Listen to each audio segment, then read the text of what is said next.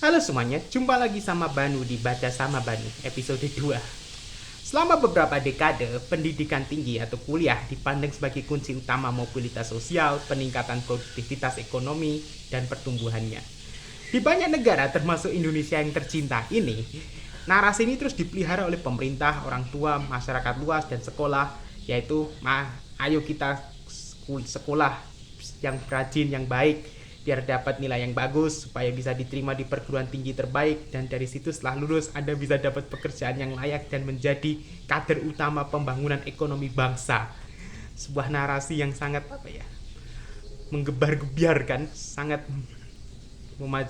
meningkatkan semangat juang 45 kan. Data terus MBS pun mendukung sebagian besar klaim tersebut. Lulusan perguruan tinggi rata-rata memperoleh penghasilan lebih tinggi daripada lulusan SMA, yaitu lulusan perguruan tinggi mendapatkan pemasukan sekitar 5 juta rupiah per bulannya berdasarkan data 2024, Agustus 2024. Sedangkan yang lulusan SMA hanya 3 juta rupiah. Selisihnya ya kurang jauh berbeda sih, tapi ada peningkatan kan. Tetapi di sini ada pertanyaan mendasar. Apakah kuliah benar-benar berfungsi sebagai pelatihan keterampilan untuk bekerja atau pelatihan karakter yang relevan setelah kita lulus nanti dan saat kita mendapatkan pekerjaan yang nyata, atau hanyalah sebatas alat untuk tempat peningkatan simbol status? Di buku yang kita bahas dalam episode ini akan membedah hal tersebut. Mari kita bahas bukunya. Buku yang kita bahas dalam episode ini berjudul The Case Against Education, Why Education System is Waste of Time and Money, karya Bryan Caplan. Bryan Caplan ini seorang ekonom yang bermazhab libertarian. Libertarian ini adalah mazhab ekonomi yang tidak menyukai berbagai bentuk intervensi baik dari pemerintah maupun aktor manapun, bahwa pasar di atas segala-galanya dan juga individu itu merupakan aktor yang paling rasional dalam berekonomi. Dalam bukunya, ia berargumen bahwa sistem pendidikan tinggi modern saat ini adalah pemborosan waktu dan uang. Hal ini disebabkan bahwa nilai terbesar dari pendidikan tinggi tidak terletak pada peningkatan keterampilan maupun pengetahuan, tetapi lebih ke fungsi simboliknya sebagai penanda atau sinyal kualitas pribadi bagi karyawan terhadap calon atasan. Pandangan ini sebenarnya menantang model arus utama tentang human capital yang telah menjadi paradigma utama dalam pembuatan kebijakan pendidikan. Agar memahami perdebatan ini antara model human capital atau modal manusia dengan model signaling yang diusulkan oleh Bryan Caplan, kita bahas satu persatu dulu. Pertama, model modal manusia atau human capital ini berargumen bahwa pendidikan tinggi atau kuliah dipandang sebagai investasi yang menghasilkan keterampilan teknis dan pengetahuan yang berguna untuk meningkatkan produktivitas pekerja sehingga mendorong peningkatan pendapatan pekerja tersebut dan juga pertumbuhan ekonomi. Sedangkan signaling model lawannya yang diusulkan oleh Bryan Caplan ini yang menjadi argumen utama dalam buku yang kita bahas dalam episode ini menekankan pada pendidikan itu berfungsi sebagai sinyal kualitas personal atau penanda personal itu orang itu memiliki kemampuan tertentu, yaitu ketekunan, kecerdasan maupun kepatuhan. Ini bukan kemampuan sih, lebih tepatnya lebih ke karakteristik yang karakter ini sulit diamati sebelum perekrutan, sehingga ya mau nggak mau menggunakan ijazah ini sebagai mengindikasi dia itu memiliki sifat-sifat yang saya sebut tadi. Hal ini menilai penulis buku ini, Caplan, bahwa bukti empiris lebih mendukung model penandaan ketimbang modal manusia, apalagi bagi pendidikan non spesialis. Non spesialis yang saya maksud di sini pendidikan yang tidak perlu pendidikan yang lanjutan, seperti contohnya pendidikan spesialis ini adalah dokter, engine, teknik. Bagi yang kalau Anda pengen masuk kuliah ya Anda seharusnya ya punya tujuan untuk bekerja di dua profesi di bidang tersebut. Ya kalau enggak ya nggak usah. Bagi dia ya poin utama yang ia ingin sampaikan dalam buku ini. Yang menjadi penguat argumen utama Caplan ini bahwa kuliah itu hanya sebatas untuk penanda kualitas individu ketimbang alih-alih melatih keterampilan atau pengetahuan yang relevan di dunia kerja nanti. Alasannya adalah rendahnya retensi materi yang kita pelajari selama kuliah. Retensi yang dimaksud itu adalah seberapa bertahan ilmu yang kita pelajari selama kuliah. Kecuali ilmu ini terus dipraktikkan, tetapi ini hanya terbatas dalam disiplin teknik dan kesehatan. Ya karena tahu profesi teknik dan kesehatan memerlukan pendidikan khusus, dan pendidikan ini harus dilatih secara terus-menerus agar mereka tidak lupa. Ya gampangnya seperti itu. Selain itu, alasan lainnya adalah peningkatan IQ yang terbatas dari pendidikan formal yang sering bersifat sementara, serta efek kulit domba yang merujuk pada kenaikan pendapatan lebih terkait pada status kelulusan ketimbang lama studi itu sendiri, yang menunjukkan nilai ekonomis ijazah sebagai penandaan ketimbang alih-alih mengindikasikan ia memiliki keterampilan maupun kemampuan tertentu yang dibutuhkan perusahaan. Singkatnya, pasar kerja ini cenderung mengapresiasi ijazah sebagai indikator kualitas, bukan hasil dari pembelajaran konkret. Argumen lain Kaplan terhadap model penandaan dalam pendidikan tinggi bertumbuh pada asumsi umum yang dianut hampir dari semua perusahaan, yaitu kelulusan menunjukkan karakter seperti ketekunan, kepatuhan, dan kemampuan belajar. Karena keterampilan sebenarnya sulit diamati sebelum perekrutan, maka perusahaan sering menggunakan gelar sebagai indikator kualitas kandidat, terlepas dari relevansi apa yang kita pelajari selama kuliah.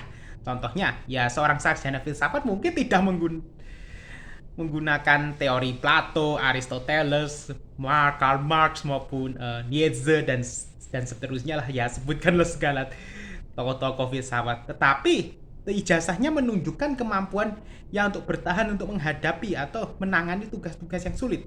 Karakteristik yang diharapkan oleh perusahaan terhadap calon pekerja yang mereka rekrut. Implikasi terhadap pasar kerja dari model penandaan ini adalah inflasi gelar. Fenomena yang merujuk pada tingginya permintaan gelar sebagai mekanisme penyaringan calon karyawan yang mengakibatkan banyak pekerja yang tidak membutuhkan keterampilan akademik tinggi dipaksa bersaing dengan yang bergelar sarjana. Ya, alhasil kandidat yang punya gelar kuliah S1 atau sarjana lebih menonjol dibanding lulusan SMA, meskipun keterampilan keduanya tidak berbeda jauh. Hal ini menciptakan bias di pasar kerja, yaitu kondisi ketika gelar sarjana diasumsikan sebagai bukti kompetensi ketimbang portofolio dan riwayat pengalaman kerja secara nyata. Inflasi gelar dapat memperlebar ketimpangan sosial karena mereka yang tak menamatkan kuliah, terutama kelompok dengan kecerdasan menengah rendah atau mediocre ke bawah, bisa tersingkir dari persaingan untuk mendapatkan pekerjaan tertentu. Pekerjaan tertentu yang dimaksud ini adalah supir, terus ya customer service agent, sales, dan juga barista. Yang ya hal ini ya mereka tidak bisa direkrut ke pekerjaan ini karena ya saking banyaknya lulusan S1 yang di luar sana yang juga membutuhkan pekerja juga dan tidak terserap di lowongan kerja yang membutuhkan lulusan S1. Ya, hal ini memperkuat argumen Kaplan yang menyatakan bahwa manfaat pendidikan tinggi terkonsentrasi pada minoritas, sementara mayoritas menikmati sedikit atau bahkan tidak mendapatkan manfaat yang sepadan. Kaplan, penulis buku ini, menegaskan bahwa manfaat pendidikan tinggi lebih banyak bersifat individual, bukan kolektif. Gelar memberikan keuntungan kenaikan gaji karena sheepskin effect atau efek kulit domba. Efek ini merujuk pada peningkatan pemasukan hanya dari menyelesaikan gelar itu sendiri, bukan dari lama belajar. Namun manfaat ini tidak merata secara mayoritas karena mayoritas pelajar dengan kecerdasan menengah rendah, yaitu 80% dari total populasi pelajar, itu sudah tersisih duluan karena mereka ya tidak mungkin bisa menyelesaikan kuliah dengan sifat kecerdasan seperti itu kan. Bicara soal antara manfaat pribadi dengan manfaat sosial, Kaplan pun membedakan keduanya. Ia mengakui bahwa pendidikan dasar dan menengah SD sampai SMA itu memiliki manfaat sosial yang jelas, salah satunya penurunan kriminalitas dan peningkatan kemampuan penting dalam bermasyarakat seperti membaca, menulis, berhitung, kalistung. Tetapi ia meragukan manfaat kolektif dari pendidikan tinggi ya atau kuliah karena menurut perhitungannya manfaat sosial dari sarjana itu rendah. Bahkan untuk lanjut bisa bernilai negatif karena ya 80% tadi itu populasi pelajar itu kebanyakan menengah ke bawah yang hanya cocok untuk pendidikan vokasi. Apalagi di struktur ekonomi sekarang ini. Pandangan ini beririsan dengan kritik-kritik lain seperti yang diutarakan oleh Ha Jong Chang dari mazhab ekonomi yang institusional yang sebenarnya bertentangan dengan yang dianut oleh Bryan Caplan. Ia pun berargumen bahwa peran pendidikan tinggi itu terbatas dan dalam mendorong pembangunan ekonomi jika tanpa konteks institusional dan industri yang tepat. Sebagai kesimpulan dari analisis yang dipaparkan oleh Caplan dalam bukunya ini, ia pun mengusulkan 3 rekomendasi kebijakan. Yang pertama adalah mengurangi dan menghapus segala bentuk subsidi untuk pendidikan tinggi guna menekan inflasi gelap. Dan kedua, memperkuat pendidikan vokasi yang lebih relevan dengan kebutuhan pasar tenaga kerja dan industri. Dan ketiga, mempromosikan keterlibatan lebih dini anak-anak dalam dunia kerja, atau lebih tepatnya legalisasi child labor, tenaga kerja anak. Mengurangi subsidi memang masuk akal ya bagi saya pribadi, karena kuliah sudah menjadi ajang perlombaan status ketimbang alat untuk pembangunan ekonomi, dan kita kebanyakan lebih mengejar nilai tambah dari gelar yang kita dapatkan. Nilai tambah di sini adalah kenaikan gaji ketimbang keterampilan yang kita pelajari, kecuali jika Anda mengambil jurusan teknik. Meskipun banyak yang kerap kali yang menyalahartikan pengurangan subsidi ini sebagai pengurangan terhadap dukungan riset maupun pengembangan yang menjadi tugas utama perguruan tinggi yang lain, seperti yang dilembagakan dalam yang namanya Tridharma perguruan tinggi, seperti penelitian, pengabdian, dan pengajaran.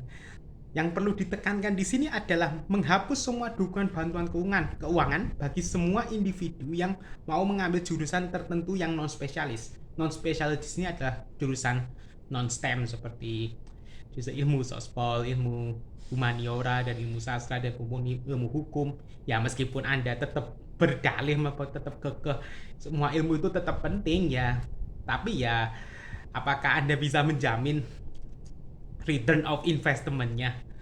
Ya, suka tidak suka ini yang harus kita hadapi saat ini realitanya. Dan kedua, ada solusinya yang dipaparkan oleh Caplan ini yang sebenarnya tidak etis dan praktis jika menurut pandangan saya, yaitu keterlibatan buruh anak atau child labor. Atau dari sini lebih tepatnya di sini adalah keterlibatan anak lebih dini dalam dunia kerja. Hal ini tidak bisa diterima karena anak-anak yang masuk ke dalam dunia kerja terlalu dini kebanyakan terjebak dalam pekerjaan yang berupah rendah dan berketerampilan rendah, karena mereka tidak punya waktu untuk bersekolah untuk meningkatkan kemampuannya agar bisa mendapatkan pekerjaan yang layak. Jadi solusi yang paling relevan tuh ya itu mereka lebih dilibatkan dalam pendidikan vokasi yang memiliki kerjasama dengan industri seperti yang dilakukan di negara-negara seperti Jerman dan Swiss. Hal ini memberikan alternatif karir bagi mayoritas pelajar kita, yaitu 80% dari populasi pelajar kita yang seperti yang kita bahas tadi, yang kebanyakan tidak memiliki kemampuan intelektual yang cukup agar bisa mendapatkan gelar sarjana. Ya, meskipun mereka mendapatkan gelar sarjana, pasti ya ujung-ujungnya mereka tidak bisa menangkap apa yang mereka pelajari kan. Nah, pendidikan vokasi ini ya memberikan alternatif bagi mereka, bagi yang berorientasi untuk siap bekerja dan berkontribusi di masyarakat. Nah, demikian review buku yang saya paparkan dalam video ini. Kalau Anda ada poin-poin yang tidak setuju, bisa kalian tulis di kolom komentar, dan saya tunggu semua argumennya. Pasti argumennya menarik. Ada silakan aja menanggapinya, mau itu sedih maupun setuju maupun tidak setuju ya silakan, karena ini saya cuma memaparkan poin-poin yang ditulis oleh Mr. Bryan Caplan dalam bukunya. Sampai jumpa lagi di review buku dengan judul yang lain. Bye bye.